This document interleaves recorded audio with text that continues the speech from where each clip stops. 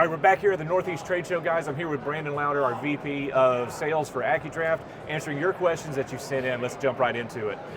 All right, so Brandon, this question is from Joel. He wants to know, what are the different types of options for prep decks? And you know, prep decks used to be used primarily for just spraying primer in, right? But now we're trying to do a lot of things, edging, small parts, maybe you want to load bumpers in there. So some of this is going to be predicated on budget, and some of it's how you're going to want to use it. So prep decks can be anything from a pretty basic non-heated space that you are just going to spray primer in, all the way up to a heated space with baking capabilities that is basically like a spray booth with outdoors.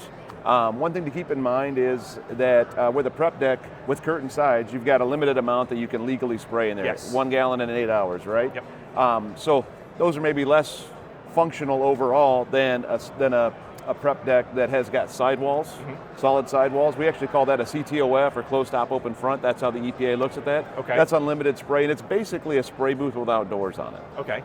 Now, is there an option, could you put doors on one of those? If you're, say, for some reason you don't want to deal with the curtains and you still want to have a prep area, and maybe you don't want to have it open or whatnot, can you still put doors on that? Is that an option? You could still put doors on it. If you had something in your shop already and you wanted to add doors to it, you could add doors to it. When you order them new, you can get door options with them. Then it kind of becomes a spray booth though. Okay. You know, and really if you're looking at a heated prep deck, whether it's a downdraft, semi-downdraft prep deck, and you want something with doors, you can almost look at a spray booth for a couple $1,000s more and get a lot more functionality. Very cool. All right, now Joel's second question here, I'm going to answer, says he's wanting to know basically advantages and disadvantages of different booth types. Now, for that one, just because I come from the industry, I spent a number of those years in the body shop painting, every painter has their preference. Every body shop owner who's making that purchase, maybe they have their preference of what they're wanting. So a lot of times, advantages, disadvantages is going to go more towards of what just the preferences are for that particular shopper, for that particular painter. Me personally, as many other painters, I love a downdraft, but I'm a sucker for a semi-down. I have gotten such clean jobs and a lot of production work out of a semi-down. I absolutely love it. Now with a downdraft, obviously you're going to have a lot more features. You're going to get a lot cleaner jobs out of it as well.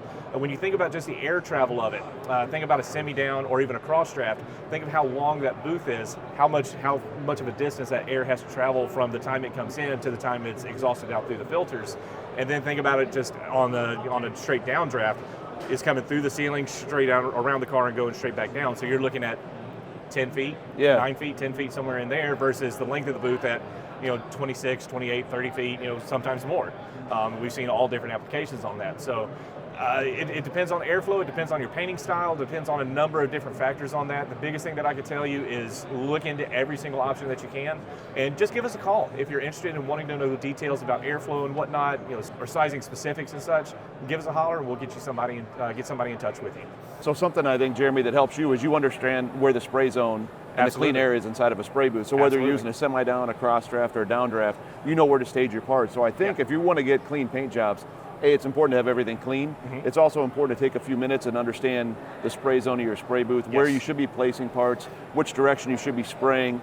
And your stands have wheels, guys. That is the biggest thing to understand. Understand your airflow, your spray zone, and understand that your stands have wheels. You can position them in the booth where you need them, and it doesn't have to stay there.